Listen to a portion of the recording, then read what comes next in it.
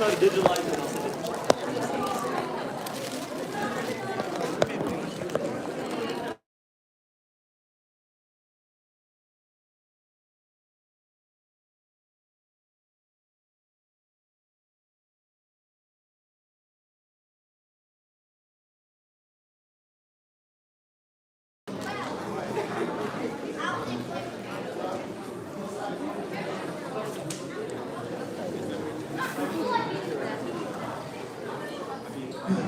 بسم الله والحمد لله والصلاة والسلام على أفضل المرسلين سيدنا محمد وعلى آله وصحبه الطاهرين الطاهرين. رب اشرح لي صدري ويسر لي أمري واحلل عقدة من لساني يفقهوا قولي وبعد. جزاكم الله خير. Let's get started. Again, we have another break, and then the third lecture will be a short one, 15 minutes. We have to stop at 1, right? And there's still a lot of material to cover, inshallah. Okay. For the armor and the zard and the helmet, they'll be here, inshallah, after Salah. If you want to get dressed in it, I'll help you. Tomorrow I'm going to try to get a real sword, if you permit me, right, and other stuff. We're trying to get some foam swords so that we can maybe practice some martial arts with some people. So tomorrow, inshallah, let's see how it goes. Right. Before I start, just one thing. You see on the walls in the back a link if you are code. It's just a question that I'm asking. And I want you to answer this question. It has to do with what we're teaching. It has to do with our Muslim community. It's a very simple question, right? And it has to do with something called game theory. Many of you didn't even hear about that. But I'll tell you about it more tomorrow after I get the results, right? So this is a very interesting, it's a very simple question. It's the following, and you can read it, right? It's, you get to pick a number from 0 to 100, pick any number, right? And what am I going to do? I'm going to gather all the numbers, 90, 80, 70, 60, and I'll take the average of that number, multiplied by half, right? If your choice was close to the result, you win. So for example, somebody chooses 90, somebody chooses 70, the average is 80, 80 divided by 2 is 40. Whoever chose 40 will win, right? And you're free to choose anything from 0 to 100, right? And I just want to choose the number, go to the QR link, it's here, enter it, and tomorrow I'll tell you the results and what it means, right? There's a very powerful meaning behind it. Like, can we do this, right? So I have the links. I'll just, after the lecture, I'll give it to all of you. Please, and it's back in the world, so make sure to do that, inshallah. Right, so let's return back to our lecture, inshallah. Right, Bismillah. So we saw how the Muslims were, how the Franks came, and what happened to the Muslims at the hands of the Franks. And we said it ended up that the Franks took all the cities in the coast, right, formed their kingdoms, right, and we had a situation that happened that now you have the Franks by the coast. And then you had, and this is very important, the biggest challenge was Muslims are divided. The 3 cities confronting the Franks is Al-Mosul, Aleppo, which is Halab, and Damascus, which is the capital of Syria. Each one of those had a ruler. One of the very interesting rulers, you don't need to remember the name, right, was the ruler of Aleppo by the name of Ridwan. Ridwan, a very interesting character, he started to kind of form an alliance with the Ismailis and started to use the assassins, if you will, as a weapon. And he started doing what? Accepting the Ismaili madhab, getting more Ismaili people in his court. And at the time, the Ismailis were looking forward, to take over Aleppo. That perhaps the city of Aleppo can be one of the cities, right? They were aspiring. Also, people feared him so much because he has the assassins, right? You have to be very careful with this man, right? But something interesting started to happen, as I said. Over the years to come, I didn't describe this, you do this later, right? So over the years to come, an alliance started to happen. Ridwan, the leader of Aleppo, the Franks are very powerful. And he has his neighboring nations that he's fighting with. So he decided to do what? Let's have a peace treaty, so that we can live together. So he sends to the Franks and says, you know what? I'm ready to have a peace treaty with you. We sign it, we're good with each other, we form an alliance against the others. We help each other. And they sent to him with the following 3 conditions. Number 1, you pay a yearly tribute to us. 20,000 dinar, he accepts. 2, any business transaction happening in the city of Aleppo, you pay taxes for us. Sales taxes? Can imagine any business, anybody doing any business transaction in Aleppo, 5% goes to the francs. He agrees. Third, most humiliating, they said, here is a big cross. Go on the biggest mosque in Aleppo and put this big cross on top of it. And he agrees. Right? And when that happened, remember, scholars were working in the background. I'll speak more about it, right? So, when that happened, a scholar by the name of Ibn Khashir, very interesting scholar that lived in Aleppo, and this was a scholar that was very unhappy with what's going on, one that's asking Muslims to fight. When he saw this, he got really upset. So he went to the ruler and told him, look, this is unacceptable. You cannot put a cross on top of a mosque. This is, and I know we're weak, I have a proposal for you. Let me go out. I will go get some help from other Muslim cities so that they will help us against the Franks. I know that we're not as powerful. It's said that he had only 500 mines or 1,000 mines. Elite wasn't strong, right? Saying, well, I'll help you. But allow me to go out, remove the cross, and don't worry about the Franks. I'll get help from other people. What do you think he did? Prison? Got help from other people? He did not kill him. He did not let him. He let him go. He said, of course, you want to go and speak to people? Go ahead. Why do you think he did that? Because he was thinking, nobody's really going to come. We're going to go speak to people, nobody's going to respond. So go ahead, right? But what was going on in the background for the last 20 years? Scholars were working. Imam al-Ghazali did something. So Imam al-Ghazali, when the assassins killed the noble book, that there is trouble in the Muslim world. And he realized that he is not working, he's preaching Islam intellectually. But he said, and he wrote a book called Al-Munqidh al-Dalal, or I forgot the name in English, it's Deliverance from Error. You can find this book of his story. He said, I looked onto myself, and I found I'm preaching to people Islam, but I'm not walking the walk. I have love of status. I am greedy. I'm not changing. And I realized that fame, because he's the team, was actually toxic to my heart. And that I need to change. Else, I will be one of those people that on the day of judgment, a alim that teaches people, but he did not change, I might end up in hellfire. It might destroy you. So Imam al-Ghazali decides to leave his position, in the top position at the time, in the Umayyad school, and he left, and he went to the area of Sham, Damascus, Jerusalem, and he worked as a janitor. Nobody knows who he is, right? And he worked for years on what? Himself. Tazkiyatness, purifying his soul, right? In that time, the Crusades happened. And he saw what the Crusaders did. Imam al-Ghazali, years later, returned back. A completely different man. A transformed man, with a new message. He worked so much on himself, and he realized his analysis, and I'm again summarizing, we can actually give lectures about this. He saw what happened to the Ummah, right? And of course, this is not accepted. But his analysis was the following. There is a difference between the symptom and the disease. You don't treat the symptom, you treat the disease. So saying what's happening to the Ummah is a symptom. The defeats, the betrayals, this is a symptom of a deeper disease that has to do with the heart. Love of wealth and status, greed, selfishness, that we're not, and he started to see that we have diseases in the heart. And he wrote a book, and that book transformed, the teachings of the time. His most famous book is The Revival of Religious Science. What was special about this book? He brought the science of the outward and the inward together in one book. So you read about Salah, he'll tell you about the fiqh of Salah and the inward meaning of Salah. It's a book about the ailments of the heart and their cure, as well as the fiqh, as tawheed, as you know. So we combined a new message in it. His analysis was the following, and I'm saying it in a very simple way. When we're sick, we go to the hospital. Doctors treat us. But what happens if the doctors are sick? So he's saying that when the Ummah is sick, the scholars are the doctors of the Ummah.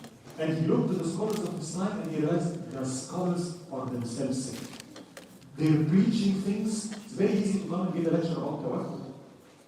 But do I have tawakkul really? I can tell you the benefits of sadaqah. But am I in hospital? Am I in generous, am I... It's one thing to speak something, and it's one thing to embody something. And he realized that what is needed is not teaching like this in a class. This is important. Nidamiyya school where he taught is extremely important. You clarify the messages in the mind, so okay, we're dealing with the mind, the intellect, the creed, right? But what about the heart? How do I change? And therefore, it's not about a lecture, it's about what you need to accompany. We need to do. We need to do more dhikr. You need to eat less. You need to be more generous. You need to serve more. You need to work on your anger. How can I implement that if we're not living together? So remember, Ghazali returns and he refuses to go to the Nuruliyah school, not go to teach there. He focused on a small group of students. And his idea was, I'm teaching a new generation of scholars. But not only the classical intellectual way, I'm living with, the concept of soul.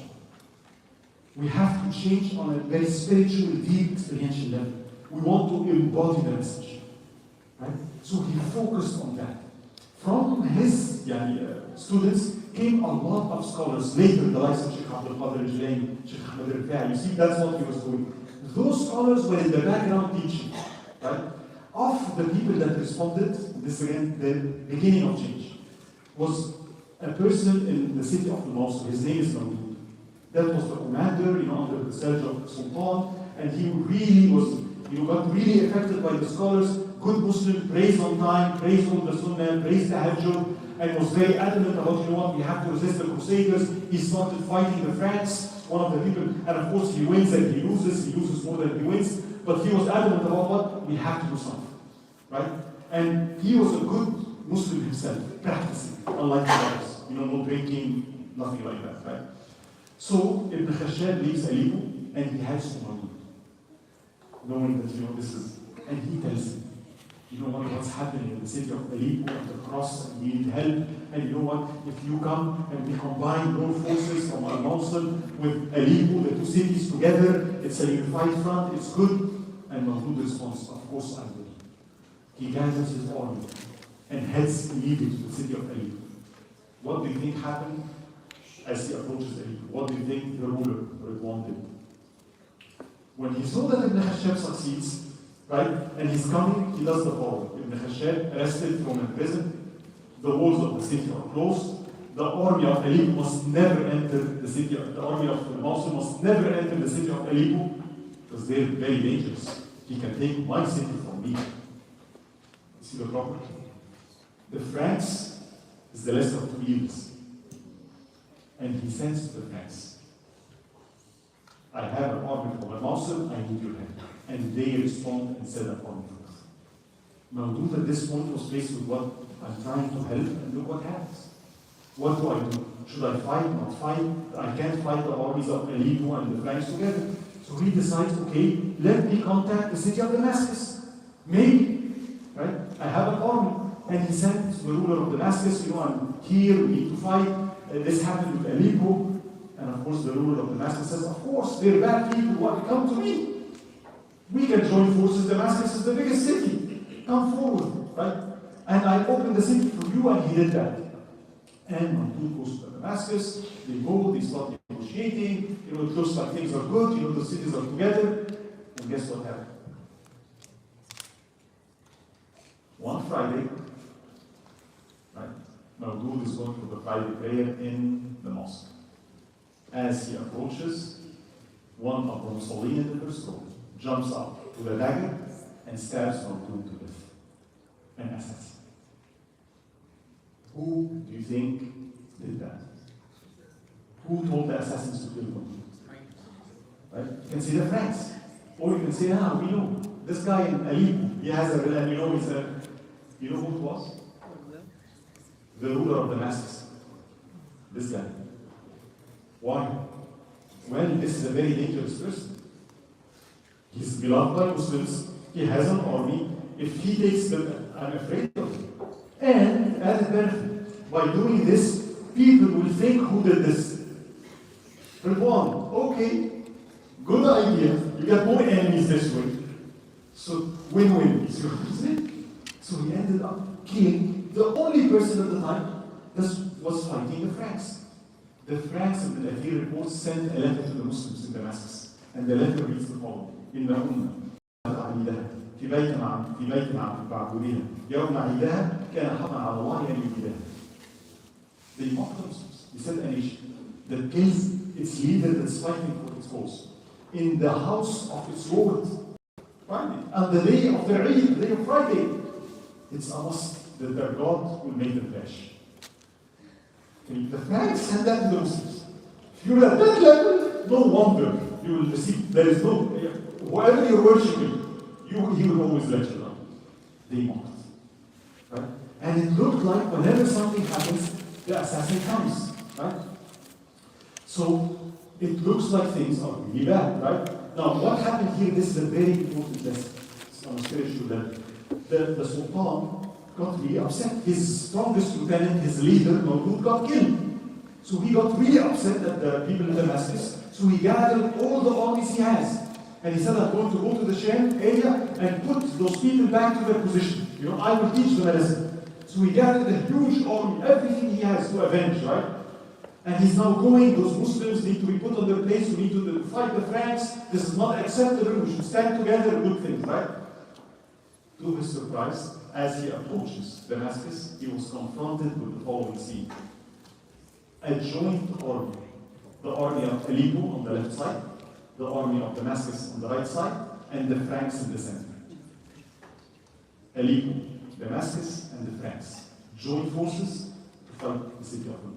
What's going on? They all viewed him as a common danger. Now, what's the spiritual lesson? Those are good people. They're trying to do change. The spiritual lesson.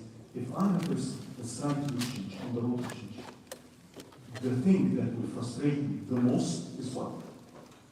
The people I'm trying to help. Please understand that. If you're working in a message, and you go sometimes, and you're trying to help out, I can understand everything, but what I don't understand when the people in the message that I'm trying to help become the ones that fight me. You get it? The Prophet sallallahu alaihi wasallam, his message, he was not, what did he bring for Mecca? He brought only khayr to them. Right? What did he bring to Medina? Khayr for them. Khayr in dunya before the akhirah. Yet they fought him. He fought them for them. There's a big difference between fighting to win over you and fighting to win over. Now, the Sultan was so offended, he decided, this is it, this is betrayal, and he made an oath. I will never help those Muslims again. I come and help and you fight me, next time, if a friend attacks, you know what? House. I will never come back again. What's the problem with that statement? You see the issue? I come to the masjid. I always give this example. To pray. I put my shoes outside. I woke out, my shoes got stolen. Is that what I get for helping Muslims? Ya Allah, I'm not going to go to the masjid again. Really? You get the idea? You give charity to an organization with Muslims, and they turn out to be gold. Just that, I will never give charity to Muslims again. Really? You get the idea? I know you were hurt, but it's not about, it's about Allah subhanahu wa ta'ala.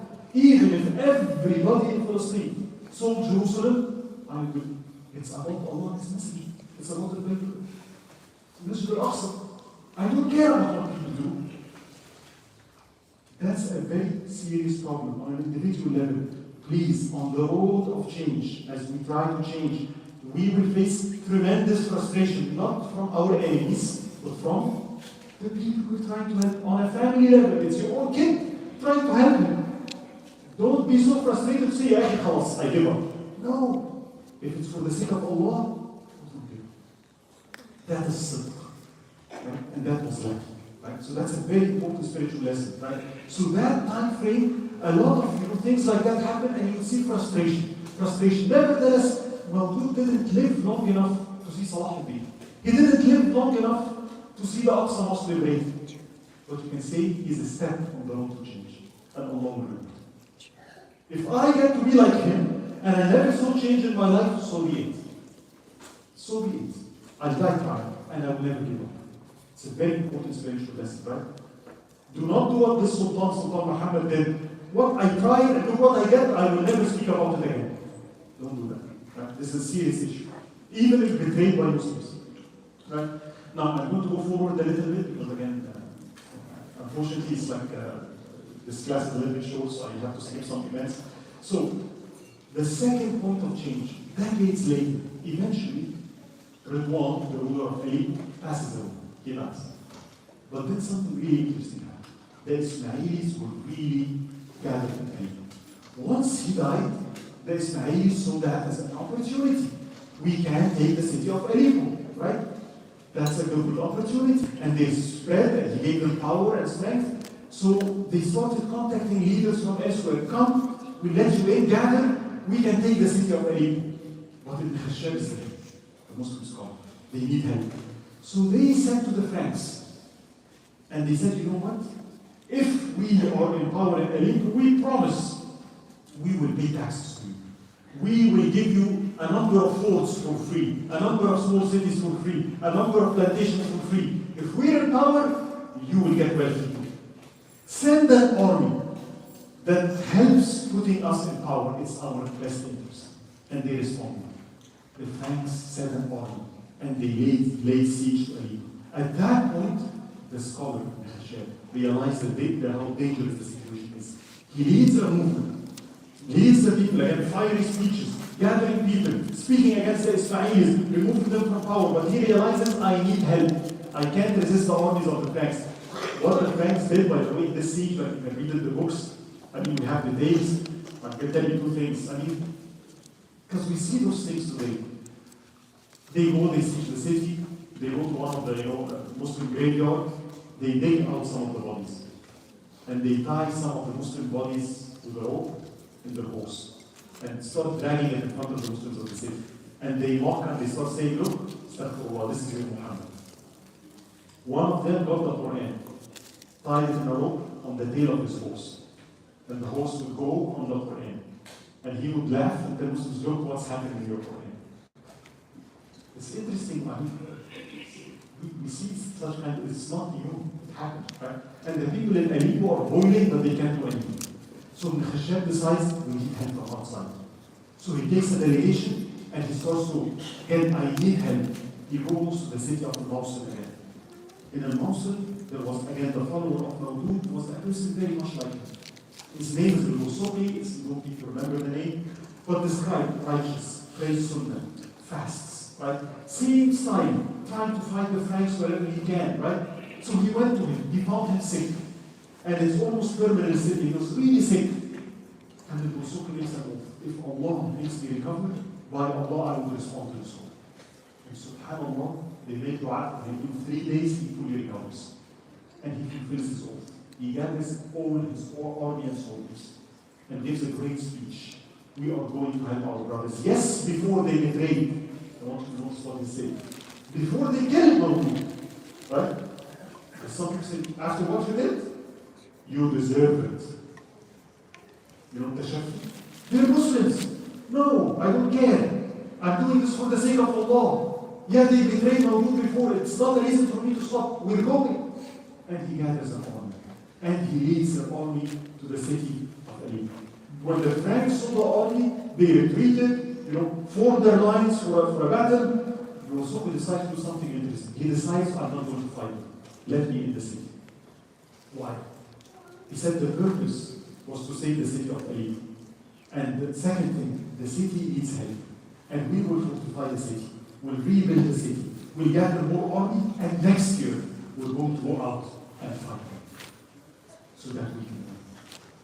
And he did that. And the Franks realized now the army of Aleppo, the Muslims inside Aleppo, it is strong. There's a reform movement, there's a scholar there. And immediately the Franks leave. And the Ismailis all got crushed. Now he takes control of the city, right? And he starts, and I want you, it's not about fighting, it's about building. He starts building the infrastructure of the city.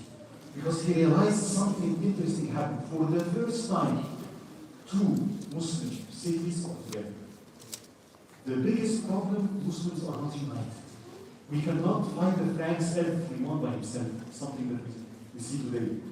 If we are going to defeat them, it's not Aleppo that's going to do it. It's not the people that's under the siege, the people living in Gaza here, they're going to liberate Jerusalem. Are you kidding me? And the armies of Egypt are doing nothing? This is not how it happens, right? So we realized if we are to do a real change, it's about unity. So we started, let's unite the two cities. Let's work on the infrastructure. And next year we're going to go out. And next year he's going to fight. And he starts doing that. And he starts to really, a reform starts to happen in the city of Aleppo. And people now are like, looking forward. This is someone who's fighting, someone who's righteous. It looks a step forward. Guess what happened? Yeah. One day, Mustafa sees a dream, and in his dream, he says, I saw a dream today, 5 dogs attacked me. And I warded off 2 of them, but the rest of them got the best of them. And people tell him, please stay home. He says, I can't miss Salat al-Jama'ah for any other reason. And he opens the mosque, and he reads from Surah Al-Ahzab, Inna amra Allahi kana qadaran maqdura. The command of God will have in the light of says, see, I will never mismeasure Salah, I will never miss Jum'ah for any reason. Fiqhan that's not allowed, I will go. Right? And he starts walking to the masjid. And guess what happened? In the masjid, 5 people jump on him. And he gets his sword up. And he succeeds in warding off 2, and the rest jump on him and kills him. The assassins again. The Ismailis were really upset. This is the man that took Aleppo away from us. So by killing him, their method is what? We're back again to the chaos, right? And it didn't stop there. Who was the second man that kept at their biggest enemy now? The scholar that speaks against us. Friday praise. The Khashab gave a ceremony at the top, in the middle of the khutbah. Man from the front stands up, walks to the pulpit, stabs in the Khashab in front of everyone. The assassins used to do the crimes in public. Why? Fear. It's about what? Spreading fear. They want everybody to know. They want terrorists nowadays. It's one of the things is what when they do a terrorist act, they want CNN to come, send the pictures everywhere. You notice that? It's the same idea, right? So they always did their crimes in public, so everybody knows that we're there. And it didn't stop there. The other scholar that was speaking at the time, publicly, Imam al-Harawi, the Qadi of Jerusalem, right? He was actively speaking on another Friday, same thing. One of the assassins come, on the pulpit, they get killed. They kill him. Right? Before going forward, I just want to quickly mention this. This is an important point on the role of change, right? We notice there is 2 styles, 2 types of scholars. I would say the Ibn Khashab style and Al-Ghazali style. What is the difference? Ibn Khashab focuses on the current issues, which is very important. It's activism, emotionally fiery speeches, right? Invokes people to do something, fight, don't stop, right? He's actively involved, right? So that's his style. Call for jihad directly, right? He's involved in today's activity. Those are very important rules of scholars. But we had something else happening in the background, and we see it in the background. At that time, the students of Imam al-Ghazali started preaching in the background. The Ghazali way of teaching, one of the biggest scholars of the time, Sheikh Abdul Qadir al-Jilani, was in Baghdad. Sheikh Ahmed al-Rifai started teaching, right? Many scholars started teaching the way of Imam al-Ghazali. The way of Imam al-Ghazali was what? Wait a minute. It's about an internal reform. We need to change the hearts. It's a long battle. It's not a battle of today. It will take years, but we have to start now. So you had another group of scholars that they were treating not the defeat, the affinity of defeat. Why are Muslims that way? Why do we get defeated? Why do every time we swallow the bait? Why? We have a problem. So they focused on a long-term solution. They provided a blueprint that's independent of one person. You kill that scholar, it doesn't happen. You have others that are following this blueprint. And the change is not, we're going to change the hearts of people. Eventually, the people that we change, they're going to be the wazirs, the soldiers, the ministers, the women. They notice people are miserly. They're not spending. We need to treat them. So they were very actively involved in the matter. Right? It is this movement from Sheikh Abdul Qadir al-Jilani, many of the followers of Salahuddeen and Nuruddin Zeki came from those schools. As a matter of fact, and I'll just point to one sheikh, I mentioned this. So you have Imam al-Ghazali, we said Sheikh Abdul Qadir al-Jilani appeared at the time. So Sheikh Abdul Qadir is known. His teachings are available today, praised by all scholars, including Ibn Taymiyyah. Right? Ibn Taymiyyah has a book. He explains the book of Sheikh Abdul Qadir al-Jilani as the book of Al-Suluk. If you're seeking the path of experiential knowledge, this is the way. Right? But one other scholar that I mentioned his name, so Sheikh Abdul Qadir, okay, something amazing happened here. Before that, the science of the state in nafs was something that you do on a personal level. So before this era, if I want to work on my heart and my akhlaq, you go to the sheikh, right? He's your rabbi, you meet with him one-on-one. So this is for a serious group of students. Sheikh Abdul Qadir, for the first time, took the science of the state in nafs to the public. So he started preaching, the message of Imam al-Ghazali in a way that the masses can understand. And that was the beginning of this movement of Sheikh Ahmed al-Rifai, how to take the state in nafs into the pulpit and work on every single one. That was his contribution. He was known because he was in Baghdad, right? Another sheikh, and I'm pointing his name, and we have to make it clear, is Adi ibn Hussein. This sheikh is as influential as Sheikh Abdul Qadir al-Jilani. However, he did something different. He did not go to Baghdad. He went to Kurdistan, an area called ICOI. This area, there are Muslims there, but they're not to be bandits, cutthroats. You know downtown Los Angeles? Can you imagine if a scholar leaves Irvine, Mustafa Awar leaves Irvine, goes to downtown LA, and then in 10 years, downtown LA becomes like Irvine. What would you say? How did you do that? It wasn't safe, right? What did you do? There were gangs there. So Sheikh Hadid ibn Hussein went into this group, the gangs were bandits, cutthroats, very unsafe. He left and he went and he lived in that area. In 10 and 20 years, a transformation happened. He transformed the whole area. The Hikaris became so religious, believed in him so much, they changed so much. The Hikaris and the Rawadiya or Hikariya, they're the majority of the army of Nuruddin Zeki and Salahuddin. That's where they came from. Now the interesting thing for me is what did he teach? I can find the books of Sheikh Abdul Qadir al-Jilani. I looked for the books of Sheikh Adi ibn Hussein, unfortunately, because he was not in a big city. We don't have access. We don't know what he taught. But it must have been similar to the other Sheikh, right? But the reason I'm mentioning him, although he's not known, nobody knows him, nobody praises him. Him working on the bandits, those were the people that later you will see their names, will liberate Jews. But he transformed hundreds. Sheikh Abdul Qadir says, on my hands, more than 100,000 robbers and cutthroats repented. That's how influential he was.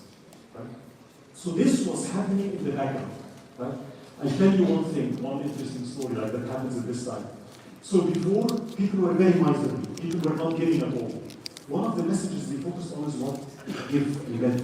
Learn to give for the sake of Allah. Learn to give. Give your time, give your money, give your wealth, right? Teach people generosity, be generous, right?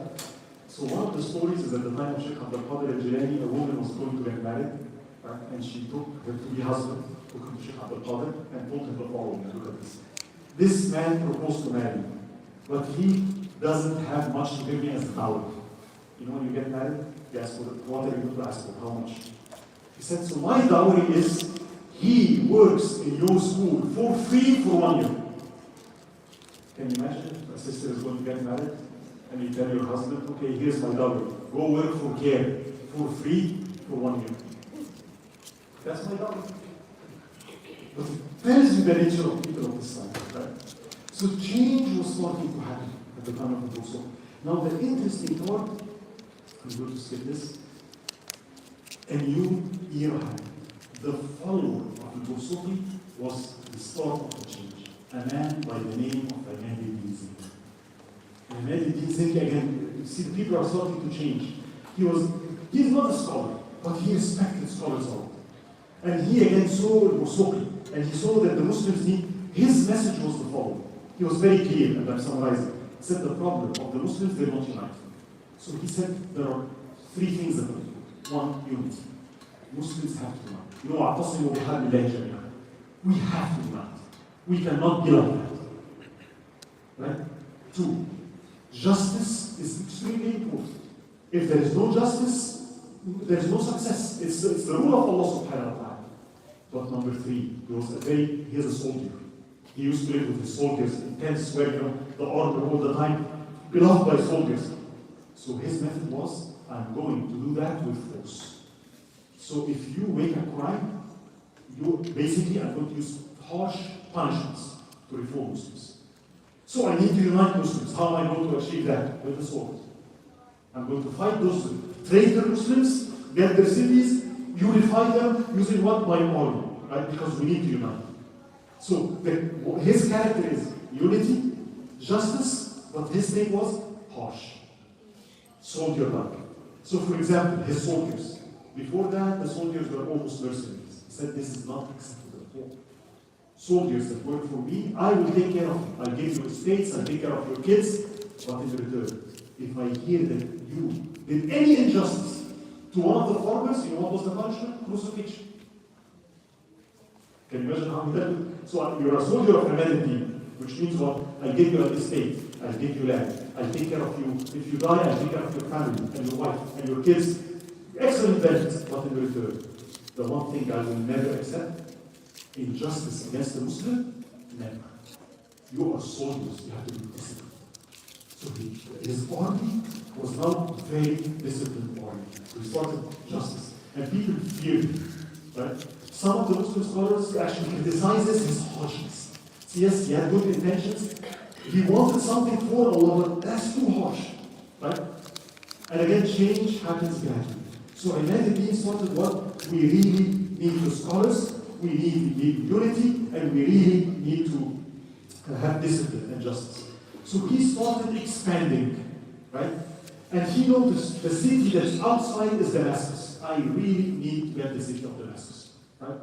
And he tried, and then eventually he gathered all his armies, marched to the city of Damascus. What do you think the ruler of Damascus did? Very obvious to you at this point. Now, this is a big threat. So he contacted the kingdom of Jerusalem, the Franks. And he said, let's have a joint allegiance. I'm your buddy. We've been good for years. We have to form an alliance against Salahuddin. He's a dangerous person. And the Franks came to his help. The siege of Damascus, 1 year. And Damascus is a very well-fortified city. It's the capital of Sham. Salahuddin failed to take the city of Damascus because of that, right? So he was very bitter against the ruler, right? That had the Franks fight him and other betrayers and what have you. But then Ahmad all of a sudden made a very interesting change of plan. He said, maybe it's time. Maybe I have enough forces to deal a blow for the Franks in a big way. So he looked. Maybe it's time to attack the Franks. Which city should I attack? What do you think city? Which city do you pick? Jerusalem is good. Here's a very important concept, and we learned this in the class, and tomorrow I'm going to demonstrate it through swords, by the way. I'm going to get to swords. And the concept of the counterattack. If he attacks Jerusalem, what happens? If you attack, what will you? Jerusalem is the attack. Everybody's going to. Are you ready? You get the point? Are you ready for that? Are you ready for the counterattack? If not, then don't do it. Right? You see the idea? I'll give you a very simple example. Ramadan. I always say that. Work a lot, shaitan is our enemy is shame. Work a lot. The last 10 months, what do we do? MashaAllah, 10 months, we fast, we put all the energy, right? Everything we have, right? The day of Eid comes. How are we? All energy is gone. But what happens on the day of Eid? What do you think shaitan will do? You have been winning for 30 days. The day of Eid, he will attack in the fierce, and you're going to face a huge attack. But I expended all my resources. I know. Take into account the counter-attack. The day of Eid comes, I'm sleeping, I'm not in the masjid. I stop the qiyam, and guess what happens? 3-4 days, I'm back to where I was. A good Muslim that understands strategy and game theory understands, no, I don't do that. The last 10 nights, I don't do my English. I saved some of my English. And the day of Eid is the biggest battle. It starts, I play in the masjid. It starts, I will make the end that night. It will start, for the next 5 days, I have to encounter the attack of Shaitan, right? Else, I did not win, I lost. Right? So the city that they meditate, and it's very obvious, look at the city of Edison. It's between Aleppo and Al-Mosul. It's a protrusion. It's a small city. That's not Mahmoud. So he surprises the Franks. He waits till the ruler is out on a hunting trip, right? He gathers his forces and marches against disciplined forces, lays siege to the city of Edison. And an interesting thing they describe, and he had seen disciplined army with new techniques. His army did something really interesting for the first time. They did not use just catapults. They had a new technique, an engineering brigade, they called them al-Maqadim. So they would cover themselves with armor, like a tank, and they would walk to the wall of the city, right? And once they reach the wall, they start digging and go under the foundation of the city, under the foundation of the wall. And they would put wooden planks under the foundation. And then they would burn the wood. You get it? You go on like you have the wall, you go under, right? And then you put the wood, now the wall is resting on wood. You burn the wood, what happens to the stones? So once they collapse, you have a breach. And that's what they did in the city of Edison.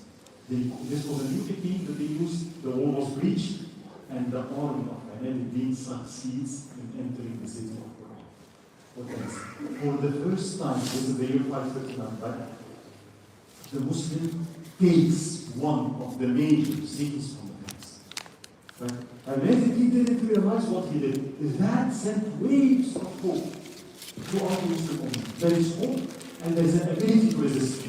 We should not give up. Right? And Ahmed now appears as the hero of the Muslims that liberated one of the cities, the city of Edison. Now, two things happen here. The concept of counterattack. What do you think will happen in Europe? The news of the city of Edison will reach Europe. How do you think? See, this is how we need to think. How will Europe react? Another crusade is going to happen. In a few years, I made it be better prepared. Because that's the expected reaction. When you do an action, you have to study your opponent's expected reaction. If you don't, we fail. It's like chess. You make a move, what will he think? Right? So Europe, now the Pope indeed gathers, orders the kings. How come the Muslims succeeded? The kings of Europe, you have to go, a second crusade this morning, gather your armies, you have to head there right away, you have to take the city back, right? In the meantime, Ahmed starts what his efforts. Let's now get more cities to join. Now that I did what I did, more cities, and he starts again expanding his, his kingdom, if you will. By the way, this is something interesting. If you go to the castles in Europe, you always find a castle with what around it? A moat. What's the function of the moat? Besides crocodiles. Yeah, it's a barrier. But they learned something. This idea of digging under the wall. If I put a moat, you can't do that. So the Franks learned something or two from the Muslims, right? And it became a common technique now. That you have a fort, if you can't put a moat around it, so nobody can do this digging under the wall stuff, right? So it's interesting how things that happen in the Middle East affects Europe, right? Next event, Ahmed online, goes to sleep. His servant gets a knife and stabs Ahmed to death.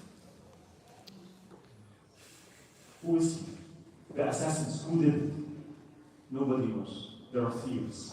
Some say the Orientalists, of course, Ahmed was harsh. He was harsh against his servant, and his servant got offended, so he did that. See, it's a theory, right? Some say, which I think is more, he was attacking a fort, and the people in the fort told him, you will see what will happen to you. And the person, the servant that stabbed him, went and sought asylum with that fort. Most likely, I don't know, maybe it's them that they contact the assassins, get rid of identity. We don't know why, who, we really don't. But we know this happened and identity died. And again, you see, another setback, right? The worst part was the following. Once identity died, the Franks took the opportunity. The city of Edison. They gathered their forces, attacked all the Christians who were living there, Armenians, delivered the city, and they opened the gate, and the Franks took the city of Edessa back. And at that point, it seemed what? Again, back to square one. Right? But hope, or one, this was the time of change. What happened next was something that transformed the whole region. The children of Al-Ayubi. He wasn't a scholar, but he admired scholars. So naturally, what he did, he sent his kids with him to be taught by scholars. So he sent his son, Nuruddin, to be taught by the greatest scholars of the time, the Mawlana schools. Right? His son was taught by the greatest hadith scholar of the time, a name well known and well respected, Al-Hafid ibn Asakir. Asakir is one of the greatest scholars of hadith that you know. He had a book, when I was preparing this, Asakir has a book called The History of Damascus. So I said, let me get the book. You know, preparing the history of Damascus, it's a good book. So I go to Jarir bookstore and say, I want the book of Ibn Asakir. Says which one? I said, Tariq Dimashq. And Jarir told me, okay, yeah, $1,000. What? $1,000? What? I said, do you know what the book you're asking for? It's 80 volumes. What? But this is the type of scholarly. Foolish me, I didn't have enough reverence to the scholar. I'm like, you know, he is writing a book. Tariq Dimashq, what do you expect? 80 volumes. He has two-volume books, you know, a book of 2 volumes, you know what it is? The teachers that taught him hadith. 8 of them were women. Women contributed to them. The scholars that taught Ibn Asakir, 8 of them were hadiths, women scholars. The Mawlana schools again, right? So Ibn Asakir is one of the teachers of Nuruddin. Nuruddin Zinki was a full scholar. Followed the Hanafi fiqh, knows usul, wrote books, and you know, he was, and you will see his character, one of the most amazing rulers and figures that we have in history. Nuruddin Zinki is greater than Salahuddin, and you will see. Right? Just the way he entered the region, by the way, this is what Ibn al-Athir says about it. Ibn al-Athir is a historian who wrote Al-Kamil. He says, I studied the history of all the kings and all the rulers, and after Al-Khulafa al-Rashidin and Umar ibn Abdul Aziz, I saw no one that is more righteous and more just than Nuruddin Zinki. So he puts him on the caliber of Umar ibn Abdul Aziz, and he was really away from Awliya. You will see this man transformed the nation. He is the teacher of Salahuddin, as you will see. Right? So the way he entered, right, was actually very admirable. Edessa fell, and Muslims were okay, we're back to square one. Nuruddin Zinki does not lose time. Orders everybody.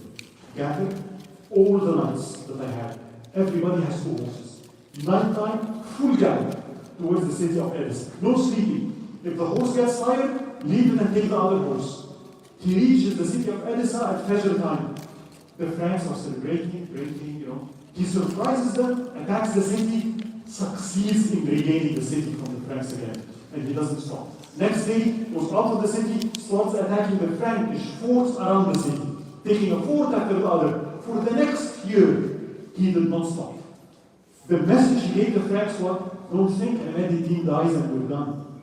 On the spot, I'm there, I took a Roha back, Edessa, and I'm attacking and I'm winning. Right? So the way he enters is like, you know, people were like, oh, by him. This Nuruddin Zinki, right? Nuruddin, and I described him a little bit, but one thing I want you to know for now, he was in one way different than his father. His father was what? Unity, justice, harshness. Nuruddin was what? His father was a soldier. You go to Nuruddin's Majlis, it's full of what? Commanders. People with helmets and, you know, the army and generals and, you know, and he used to be intense. Nuruddin was a scholar. So the difference was the following. He respected scholars so much. So this harsh treatments, Sharia, everything has to abide by Sharia. I do not exceed Sharia that much. It's not only, and I'll tell you one key element. When we say we need to unite, that's right. You know what's missing from that equation? Unite on one. Because we try to unite with the Arabs. The Arab nations, the 60s and the 70s, the Egyptian or Nasser, Syria and Egypt, Arabs, the Arab nationalism. The Quran says, to the Prophet sallallahu alayhi wa sallam. هو الذي أيدك بنصره وبالمؤمنين وألف بين قلوبهم لو أنفقت ما في الأرض جميعا ما ألفت ولكن الله ألف. Allah says to the Prophet sallallahu alayhi wa sallam, it is Allah that aided you with his victory and with the hearts of the believers. And it's Allah that made the hearts of the believer unite together. If you were to spend everything on earth trying to unite the hearts of just the Arabs, you will not be able to do so. Only Allah can. So what are you united? Unity is not just about unity. United about what? So he's very clear. The way to unite the hearts of people is we have to unite وَعْتَصِمُوا بِحَبْلِ اللَّهِ. On La ilaha illallah, not nationalism. It's not a Kurdish problem. It's not a Palestinian problem. It's a Muslim problem. So we unite. Even people from Morocco, they came, and Allah, it's very interesting. We contact scholars in Morocco, and you see a lot of people from Morocco coming fighting with Nuruddin Zinki and Salahuddin. It does not matter your ethnicity or religion. We are Muslims. One flag, one God, one rule. La ilaha illallah, Sunni Islam, Sharia. We unite. And the way to unite people that he used is what? I need to unite the hearts of people, not by the sword, which we see. So it's a very different caliber, and you see his character is just amazing. But then, so Nuruddin Zinki appears on the scene, right? Next thing that happened is what? Remember the counterattack? Immediately, he faces what? The Crusaders landed, more than 100,000, they gathered, you're facing a new crusade. And his question, what are they going to attack? Where are they going to attack? They claim they're coming to attack the city of Edessa, right? That we took. So he's preparing, and they're going to attack me. Maybe they attack my capital, Aleppo, right? Guess what happened? The Franks arrived, the kings of Europe, and they looked, what? The city of Edessa is too small. We gathered all those armies and our wealth from Europe. It's such a small city. We need something that makes it worthwhile. Which city should we attack? The biggest city is Damascus. So let's attack Damascus. The king of Jerusalem says, wait a minute, that's our buddy. That's our, the one that we have allegiance with. That's the one we have with each other. And they tell him, what's the word to an infidel? The word to an infidel means nothing. We will attack him. And they gather the forces. And they decide to attack the capital. The city that resisted Imad the city that fought Imad the father of Nuruddin Zinki, for a year. Now the Franks are attacking the city. The ruler of Damascus, he sends to Nuruddin Zinki, help, the Franks are attacking me. What's the response of Nuruddin? Remember Sultan Muhammad earlier? I will never help you again. Remember that? Now we see a different response. Nuruddin could have said, you deserve it. See, that's what you get. Why should I endanger myself? See, it's a local problem. It's the Syrian problem. I'm Iraq. This is Syria. Who cares? Those are Muslims. And the ruler is a traitor. I cannot let Muslims fall to the Franks, even if he responded and said, I'm coming with all my army to help you. And I'm not interested in removing you from power. Right? Of course, he refuses to let Nuruddin Zinki go inside the city. No way. Right? So you have to stay outside.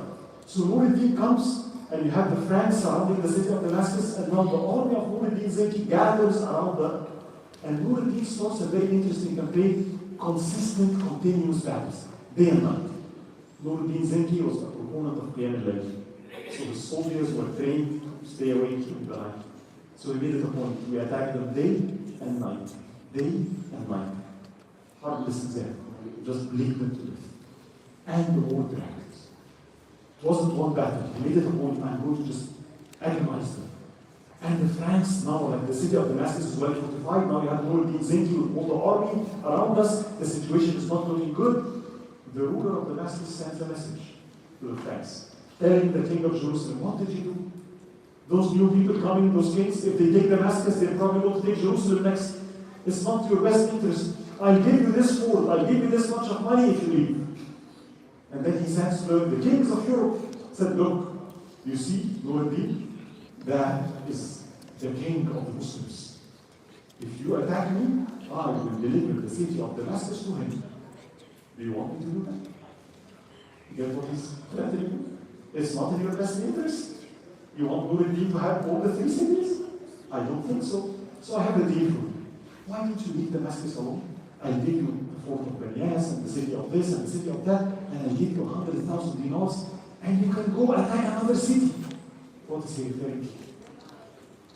You have a people. Take the money, take those forts, and the Franks agree.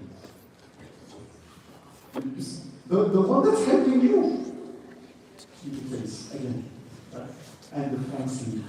And they later, what Nuruddin Zenki, by the way, was amazing. He attacked the Franks and he defeated them. He killed some of the major leaders. The second crusade, that I'm not going to here, I'm not going through the details of the battles, which we have, by the way. The second crusade failed. Nuruddin Zenki succeeded in defending the city of Damascus and defeating the second crusade. When this happened, I want you to understand the effect on the Muslims. Right? Nuruddin Zenki is a Muslim guru. And let me a little bit describe his time. Right? Nuruddin Zenki is a scholar, as I said. Right? His method was Muslims, again, the same way. Reform happens by schools. In the city of Irvine, you notice that Ismailis are there. He built 8 schools. Not 1, not 2. 8 schools. All with endowments. Free teaching. This is how I resist the Ismaili. Right? Every single city of Nuruddin Zenki, a school, scholars, gathered scholars all around. His majlis was a majlis of ilm. They described his majlis was attended by Hafiz al-Asakir himself. You know, the greatest hadith scholar? So they described that he attended Nuruddin Zenki's all turbulence. And see, there is not a single word of ghibah. Everybody is silent. To the extent one time, one of his commanders, the military leaders, got offended. You know, like, we're fighting and he keeps favoring the scholars. He was jealous. So he went to Nuruddin Zenki and he started bashing some of the scholars. You know, those people, you know, they don't do everything and they have this. And he started saying what? Backbite. So Nuruddin Zenki, listen. And then when the man finished, he told him the problem. He said, yeah, head. That's how it's called. Oh, this. Yeah, head, I'm not even with his name. The man you're backbiting has 2 good qualities. That's ilm and deen. So even if what you said about him is right, shouldn't I be patient over such a small defect, taking into account those great 2 qualities? As for you and the likes of you, you have neither ilm nor deen. And you have so many bad qualities. And I'm patient over you. And by Allah, I don't even believe what you said. If you ever come back again and backbite anyone in my majlis, I will punish you myself. Don't need that. One time, a scholar and a poet entered onto him and admonished Nuruddin publicly. Nuruddin is a very pious person, by the way. He used to pray, of course, reading Quran, hadith, right? Every night, he would pray 1/3 of the night, sleep 1/6 of the night, and then worship 1/6. He prayed 2/3 of the night every single night. His salary, he insisted, the salary of a sultan. You know the minimum wage? What's the minimum wage in California? $17. So why don't you take $17? That's what he did. What's the minimum salary in my kingdom? That's my salary. And then he gave it all away. He worked with his hands, and that's what he ate from. It's a very pious person, not interested in the life of this world. One time, this scholar and poet entered and bashed Nuruddin publicly. Why? Taxes. Taxes were very common at the time. Egyptians, you know, in Egypt, people were taxed for everything, including drinking from the river Nile. Poverty in Egypt at the time, it was reports that people are eating dogs and cats in Egypt because of the lack of money. It was an economical crisis at the time. Right? So the rulers used to tax people. You know, what's the taxes in California? How much do you pay? So Nuruddin Zenki, people want the taxes. So the scholar came to him and said, taxes are not allowed in Islam. It's hard. What do we do? Why are we taxing people? We have zakat, we have sadaqah, we have other taxes. What are we going to do? Just tell Allah on the day of judgment. Because there is a hadith about this is not accepted. And Nuruddin Zenki took him by surprise. He wasn't paying attention. And on the spot, Nuruddin Zenki cries and he orders, write to all my rulers and all the cities, a book from Nuruddin Zenki on the spot. All taxes are abolished. Muslims are going to pay 0% taxes. And apologize to the Muslims and tell them all the money I took from them, I spent on fighting the Franks. Can you imagine? You have a new governor or a new president, and the first thing he tells you, how much? 0% taxes. What will you do? So can you imagine what happened to people? Really? 0% taxes? Economy thrived. So Salahuddeen Zenki, of course, his bravery, his justice, I mean, you can go on and on, and you will see it. Yeah? But like one of the main things is that he built infrastructure. He built agriculture, schools, pharmacies, hospitals. So he was a builder. It's not only a warrior that destroys, he's a builder. Right? But one of the main things was Sharia. Unlike his dad, he removed all, those harsh treatments. Said no, Islam gave us the rules. We treat people according to the Sharia of Allah subhanahu wa ta'ala, nothing more, nothing less. Right? So we do things not only for Allah, but with the way of Allah subhanahu wa ta'ala. Right?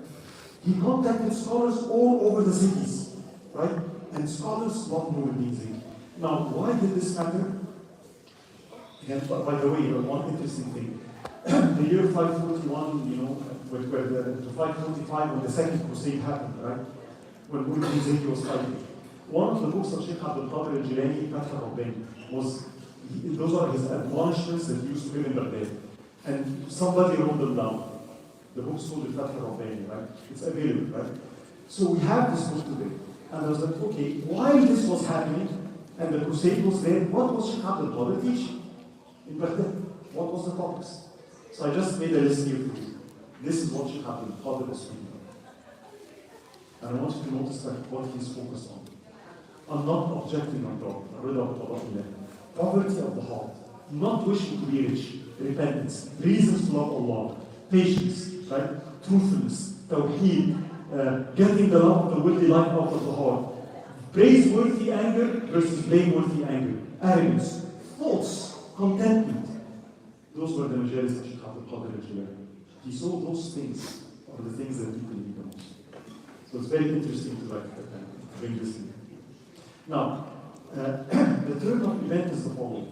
The Franks realized Nuruddin Zenki is very powerful. And by the way, every single year, you will see Nuruddin Zenki attacking the Franks and winning. In fact, consistently, right? His power is building, his commanders, his army is getting stronger. So the Franks realized we can't do anything in the north, but what about Egypt? Egypt is getting weaker and weaker. So an army moved from Jerusalem and attacked the city of Asqalan. And they take the city of Asqalan from those Titans. When this happened, it's very dangerous. Why? Now they're at the borders of Egypt. Just beside Gaza. Gaza and Rafah, So Nuruddin Zenki was very disturbed. If the Franks, it looks like they're going to take Egypt. I need to stop them. I need to free Asqalan. But Damascus is on the way. Right? So he said to the ruler of Damascus, listen, I just need a base. I'm not going to do anything. You can stay in power. Just let me pass by. I just need your logistics and your food and stuff, and I leave you alone. But I need access so I can attack. The ruler of Damascus sends to the Franks.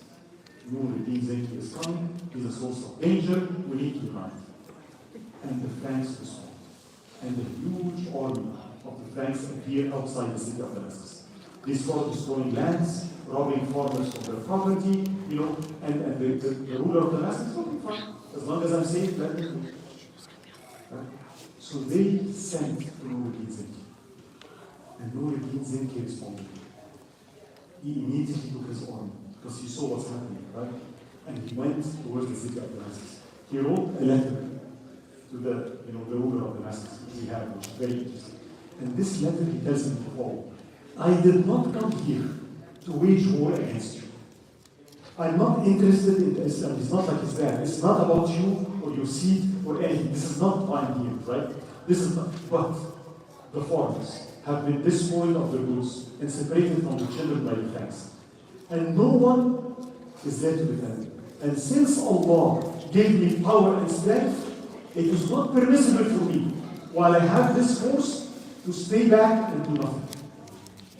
I can't stay with. If I have all those armies, I just make dua for them. Dua is good. But if I'm the one with armies, making dua is not good. I have a responsibility to do my part. See what he's saying? It's not permissible for me, with all the resources that Allah gave me, to sit and watch and do nothing. I have to come to their aid. And he says, I'm aware of your degeneration and what you did with the Frank. Something that does not please Allah or please any Muslim. Right? But I'm not here to fight you. Now, what Nuruddin Zinki did was something interesting. He unified people by unifying their hearts. He sent to the scholars of Damascus the same letters. I'm not interested in bloodshed. If I attack Damascus, how many people will die? It's a fortified city. It's a massacre. I don't want to do that. But you see your ruler. And he started, and he's a scholar himself. And he started communicating with his scholars. Scholars want to Nuruddin Zinki so much. Because he came to the people. They started preaching to the people. And he started unifying the scholars of Damascus. And they sent back to Nuruddin Zinki. We're fed up with our ruler. We know some of the soldiers, and we know the people, and they're ready for you. Tonight, we're going to tell some of the soldiers to open one of the gates. And once that happens, come and we'll open the gate for you. And that's what happened. That night, the soldiers of Damascus, with the scholars, open one of the gates. Nuruddin Zinki enters the city of Damascus. And he opens the city with not a single drop of blood. Nuruddin Zinki succeeds for the first time in hundreds of years of unifying the three cities in Syria: Damascus, Aleppo, and Damascus.